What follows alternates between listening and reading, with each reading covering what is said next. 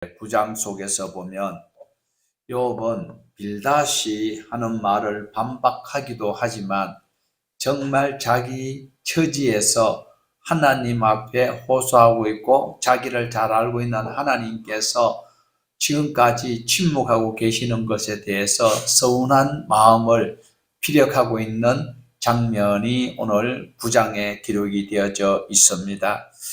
모든 힘든 상황, 모든 상황이 어려운 가운데 주변에서 또 자꾸 한마디씩 거드는 것이 욥에게는 전혀 도움이 되지 아니하고 힘든 상황 가운데 있다라는 것을 보여주고 있습니다. 그러니까 욥이 하는 소리가 하나님, 내가 이러이러한 고난을 당할 일을 하지 아니하는 것 하나님은 아실 것 같은데 하나님 모르십니까? 그러면 나에게 당하는 이 고통을 좀 제거해 주세요. 극단적인 표현이 나를 죽여주세요 라는 표현이 등장하는 것을 볼 수가 있습니다.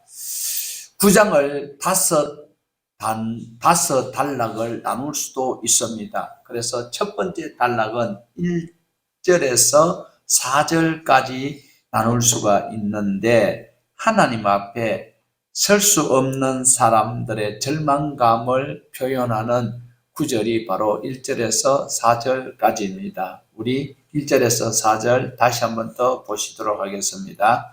욥이 대답하여 이르되 진실로 내가 이 일이 그런 줄을 알거니와 인생이 어찌 하나님 앞에 의로우랴. 사람이 하나님께 변론하기를 좋아할지라도 천마디에 한마디도 대답하지 못하리라. 그는 마음이 지혜로우시고 힘이 강하시니 그를 거슬러 스스로 완악하게 행하고도 형통할 자가 누구이랴. 자, 2절에 보면 내가 이 소리는 빌닷이 8장에서 했던 내용입니다. 욥은 빌닷이 말한 번성증악의 하나님, 그리고 하나님께서는 선한 자를 보호하시고 악한 자를 벌 내리신다라는 것을 인정하는 그런 말씀이라고 볼 수가 있습니다. 하나님 앞에서 의롭다라고 주장할 수 있는 사람이 누가 있으랴?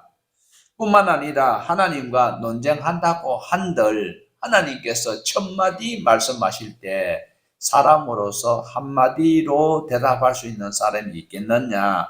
맞습니다. 그럴 수 없습니다. 전능하신 하나님을 거역하고서 사람이 온전할 수 있겠느냐라고 반문을 하고 있습니다. 그리고 또 두 번째 단락인 5절에서 14절까지의 말씀은 창조주 되신 하나님을 인정하는 이런 내용이 나오고 있습니다. 자, 5절에서 우리 10절까지인데 같이 한번 보시겠습니다. 그가 진노하심으로 산을 무너뜨리시며 옮기실지라도 산이 깨닫지 못하며 그가 땅을 그 자리에서 움직이시니 그 기둥이 흔들리로다.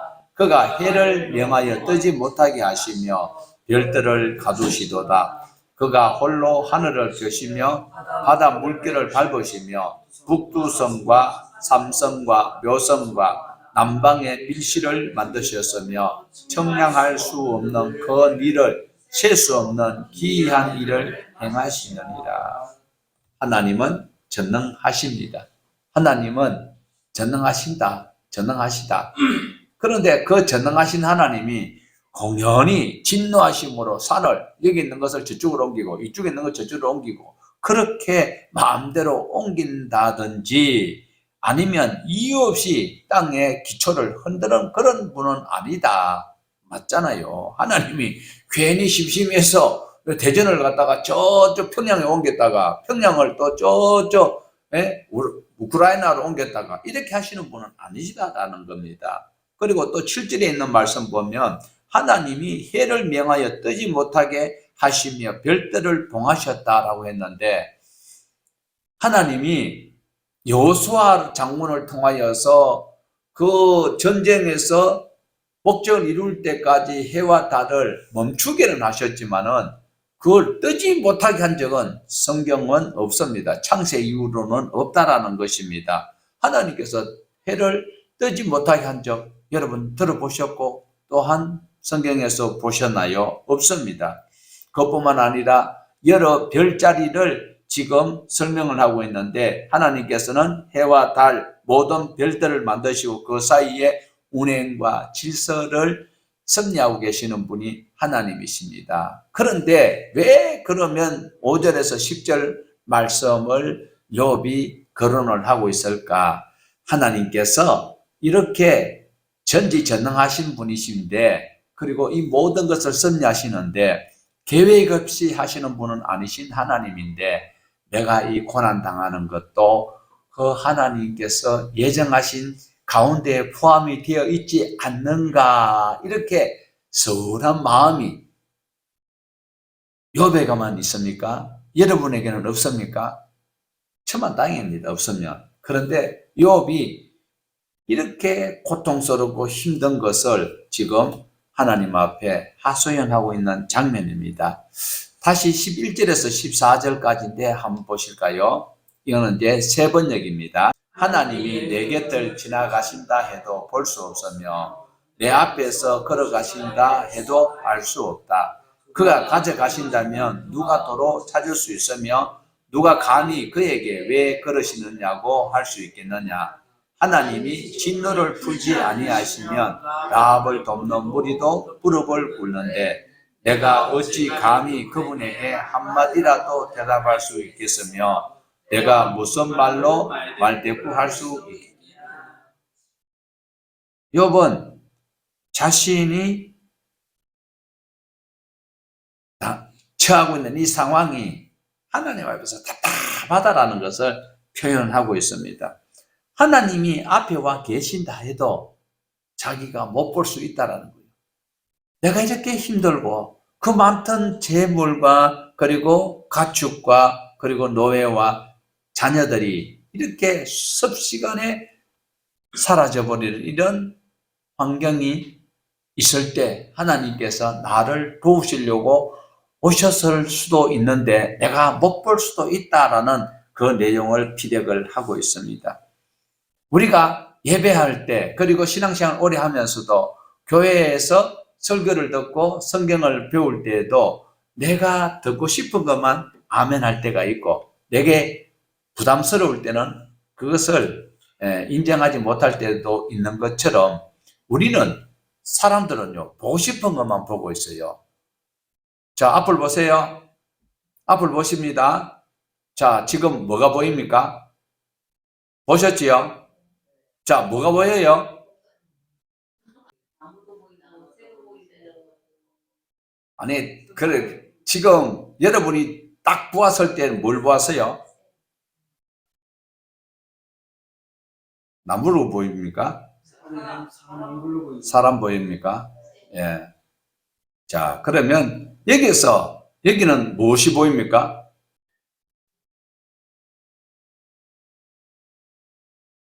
네?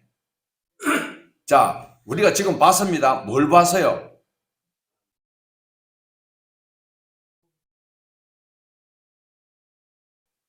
자, 여기서 뭘 봤어요?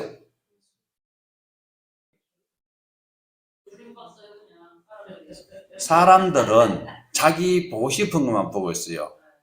이 그림 속에는요, 예수님이 나귀를 타고 가는 모습이 있어요. 보셨어요? 그런데 사람들은 보고 싶은 것만 본다. 11절 다시 보십시다. 하나님이 내 곁을 지나가신다 해도 볼 수 없으며 내 앞에 걸으신다 해도 알 수가 없다.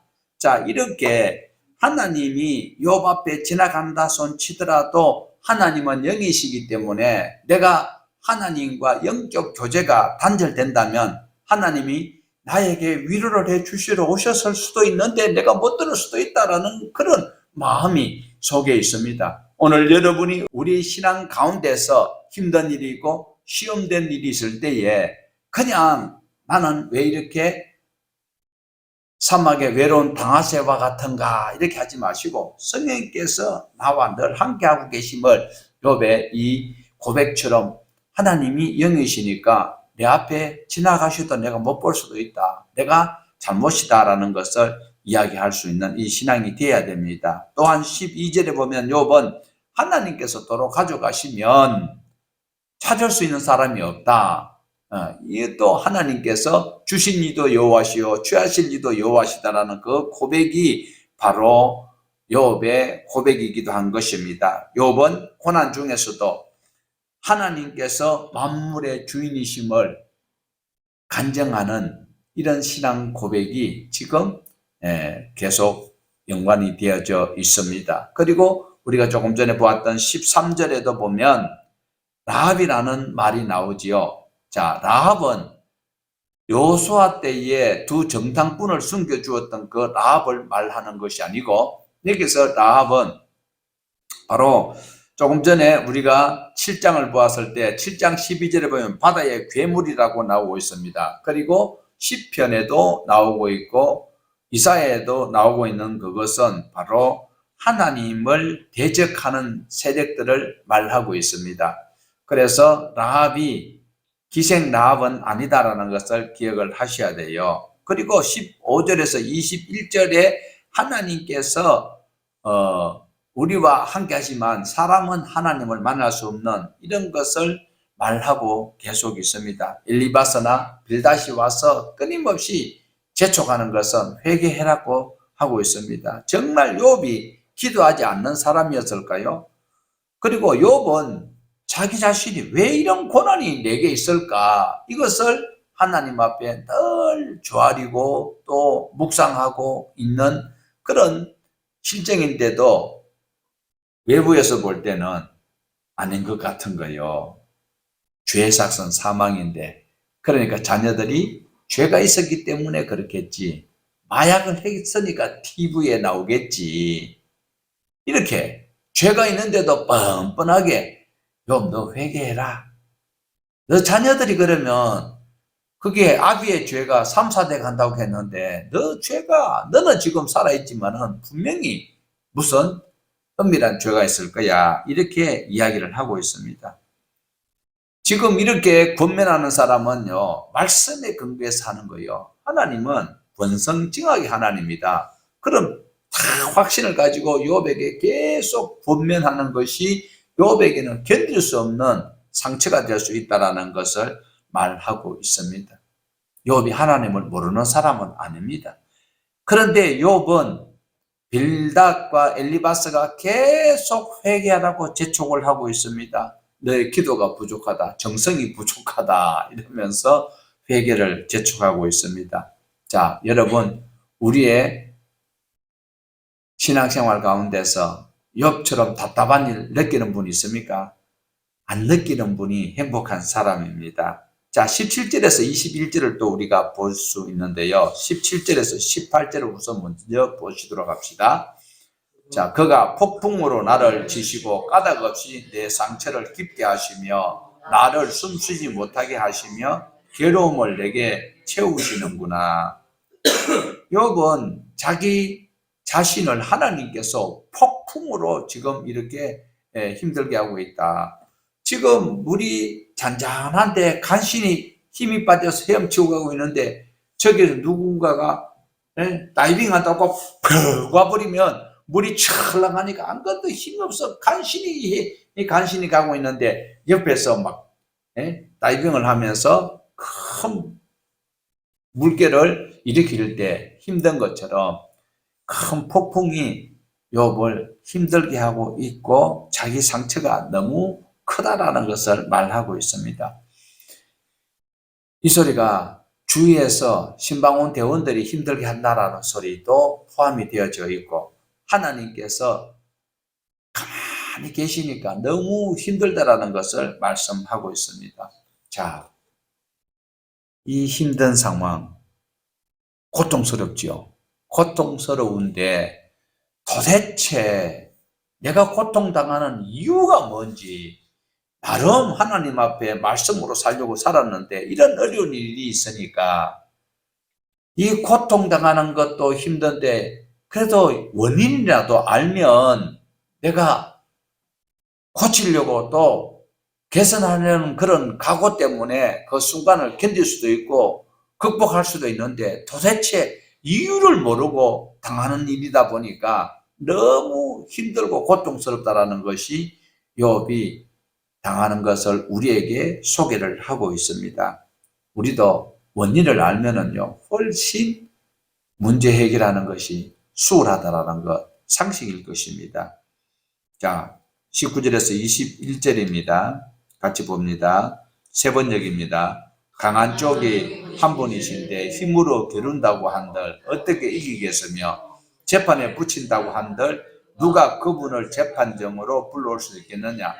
비록 내가 옳다 하더라도 그분께서 내 입을 시켜서 나를 정죄하게 하실 것이며 흠이 없다고 하더라도 그분께서 나를 틀렸다고 하실 것이다. 비록 내가 흠이 없다고 하더라도 나도 나 자신을 잘 모르겠고 다만 산다는 것이 싫을 뿐이다. 욥의 마음이 어떤지 요 구절 속에서 충분히 짐작이 될 수 있지요. 예. 자, 예를 들어서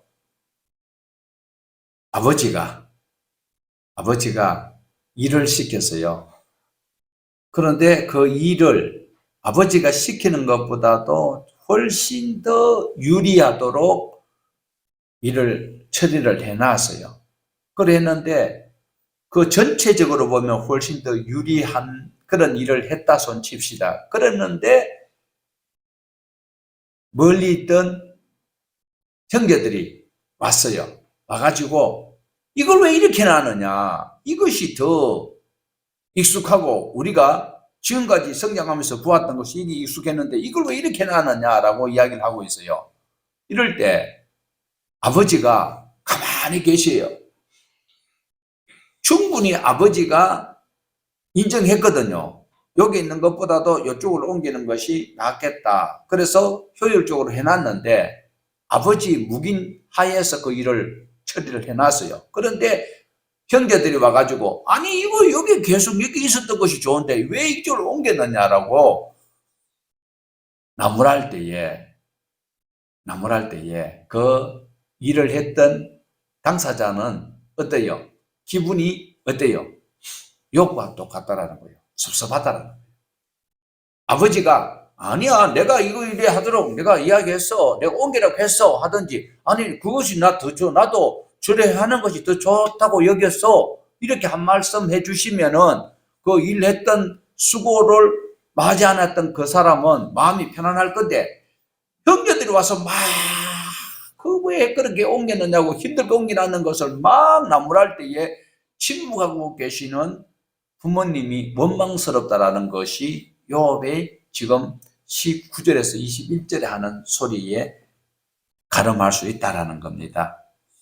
욥은 내가 이만한 죄를 짓지 않았는데 이렇게 어려운 일을 당하고 있는데 빌닷이나 또 좀 있으면 소발도 나오고 엘리후도 나오고 지금 엘리바스가 나에게 이렇게 부질함을 하고 비난하고 있는데 왜 하나님 잠잠히 계십니까? 이 소리입니다. 깝깝하지요. 하나님은 욥에게 전혀 관심이 없는 것처럼 욥이 느끼고 있습니다. 사실은 아니잖아요. 하나님께서 지금 응원하고 계시는데 당하는 욥의 입장에서는 하나님이 나한테는 관심이 없구나. 자, 22절에서 24절입니다. 나에게는 모든 것이 한 가지로만 여겨진다. 그러므로 나는 그분께서는 흠이 없는 사람이나 악한 사람이나 다 한 가지로 심판하신다고 하고 말할 수밖에 없다. 갑작스러운 재앙으로 다들 죽게 되었을 때에도 죄 없는 자마저 재앙을 받는 것을 보시고 비웃으실 것이다. 세상의 악한 번세자의 손에 넘어가도 주님께서는 재판관의 눈을 가려서 제대로 판결하지 못하게 하신다. 그렇지 않다고 하면 그렇게 하는 이가 누구란 말이냐. 이 소리는 약간 어폐가 있지요. 지금 사람이요, 자기가 모든 것이 만족할 때는 여유가 있어요. 그런데 몸이 불편하다든지 아니면 어떤 상황이 어렵게 되면 자꾸 자기가 자기 자신을 보고 작아지는 자기를 볼 수 있지요. 그리고 작은 말에도 서운하고, 그리고 자기가 자기 자신을 다른 사람들이 나를 이렇게 안 보겠느냐라고 이렇게 여길 수 있는 그런 장면이기도 한데, 욥은 선한 사람이나 악한 사람이나 한꺼번에 다 처벌을 하고 그들이 당하는 꼴을 보고 하나님께서는 웃으시는 거 아니냐, 저 덩신들 바보 같은 것들 이러면서 비웃으실 것이 아닌가. 그런 하나님은 아니시거든요. 세상이 이상하게 돌아가는데 하나님께서 재판관의 눈을 가려가지고 재판을 엉터리로, 지금 엉터리로 하는 재판이 많아요, 재판관들은. 그런데 하나님께서 재판관의 눈을 가려가지고 옳은 재판을 그렇게 하고, 그런 재판을 또한 악인들에게 불리하게 하는 것이 아니라 더 유리하도록 하는 이런 것들을 표현하는 장면이 하나님에 대한 그 섭리를 지금 이상하게 어떻게 해요? 왜곡하고 하나님을 의심을 하고 있다는 것을 볼 수가 있습니다. 이것은 욥이 신앙이 왜곡되었다, 잘못되었다라기보다도 너무 고통스럽다 보니까 이런 표현을 한다라고 우리는 문학적으로 접근을 하고 이해를 할 수가 있습니다. 얼마나 고통스러우면 정말 하나님이 계시는 건 맞나? 지금 전 세계를 바라봐도 그래요. 세계 정세를 봐도 어떻게 하나님 계시면 저렇게 억울한 일이 저런 나라에 생길 수 있겠는가?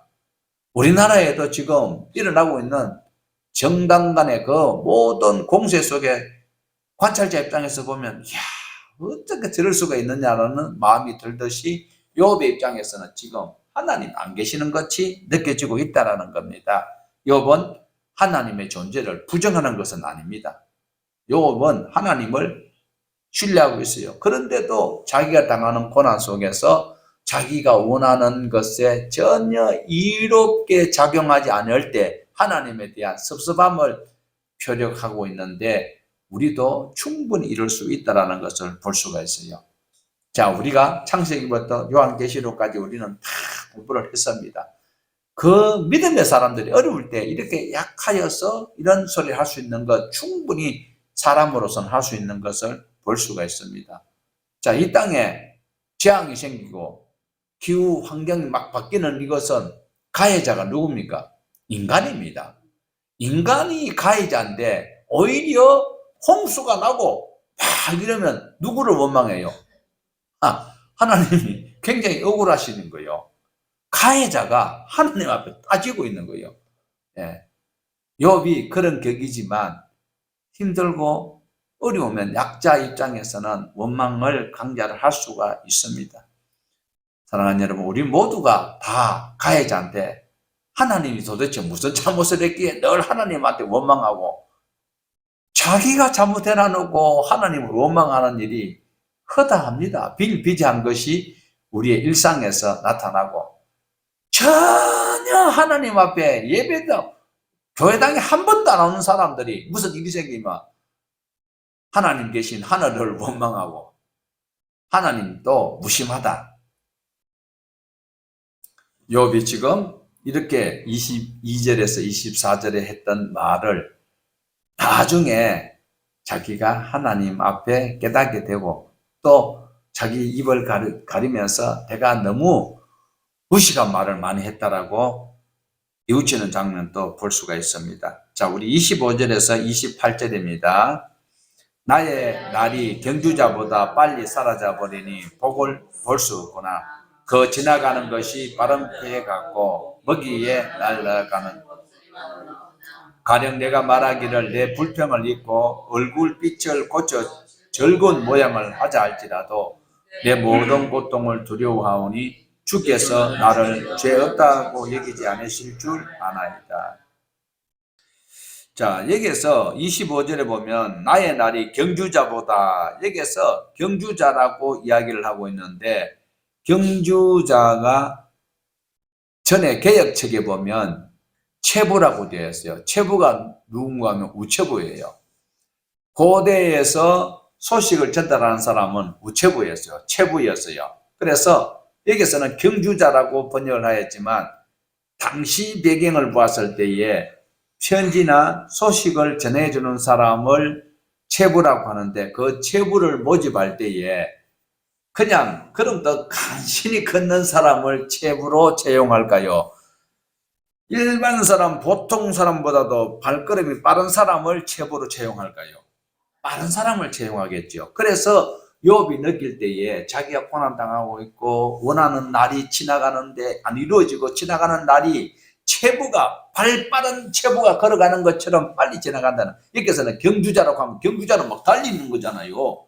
이렇게 이제 물론 뭐 달리는 것만 경주가 아닐 수 있지만 옛날 체부가 오히려 더 맞는 거요. 새 것이 다 좋은 거 아니에요. 예. 자, 이렇게 경주자는 당시에는 집배원을 이야기를 하고 있다라는 거예요. 그래서 매일매일 자기의 삶이 집배원이 지나가는 것처럼, 경주자가 달려가는 것처럼 빨리 지나가는데 자기에게는 좋은 세월이 없다. 전에도 말씀드렸지만 감옥에 있는 사람은 시간이 지나가면 자기 집으로 출소할 날이 가까우는데 욥에게는 아무런 소망이 없어.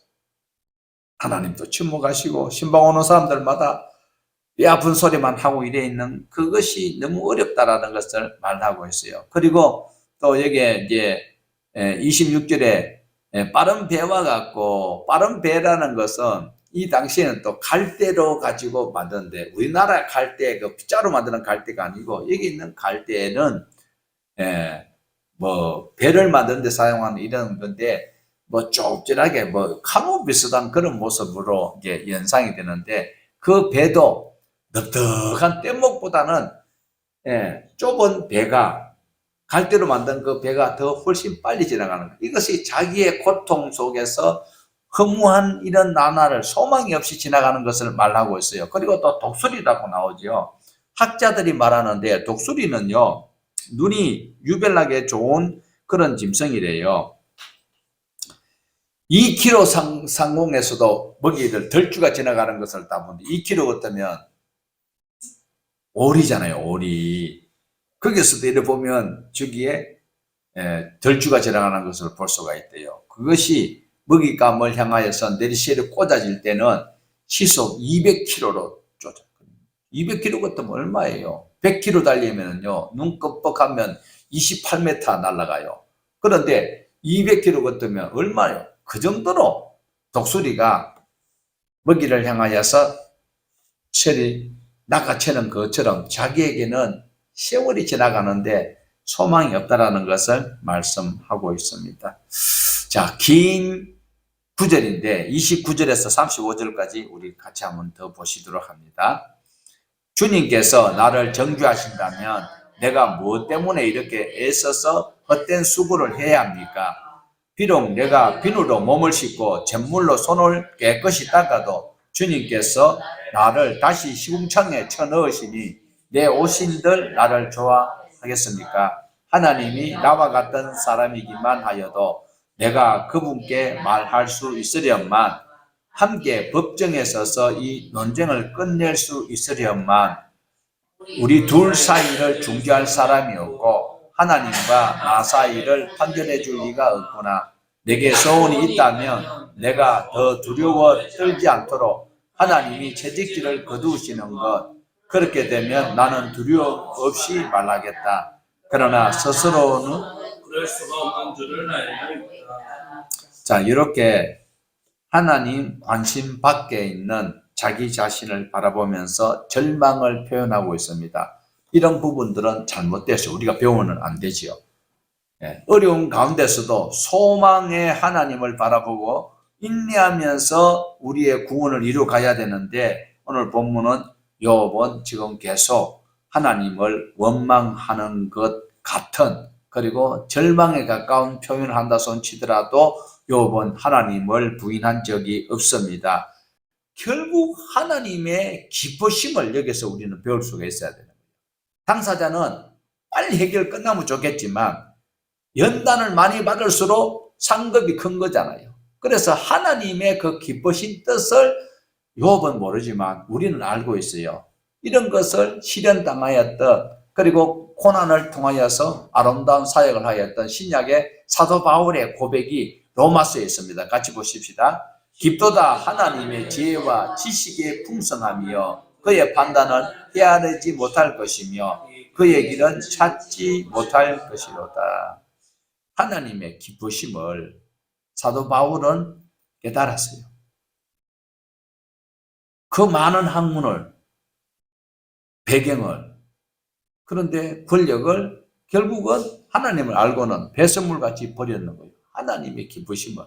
오늘 또 우리는 욥을 바라보면서 하나님의 그 기쁘심을 오늘 우리의 삶의 현장에 적용하면서 우리 가정에 어려움이 있다 할지라도 하나님의 기쁘심이 나에게 유익되게 해주신다라는 것을 기억을 하시면서 깊도다 하나님의 지혜와 지식의 풍성함이여 찬송하면서 승리하는 모두가 되기를 주님의 이름으로 축복합니다.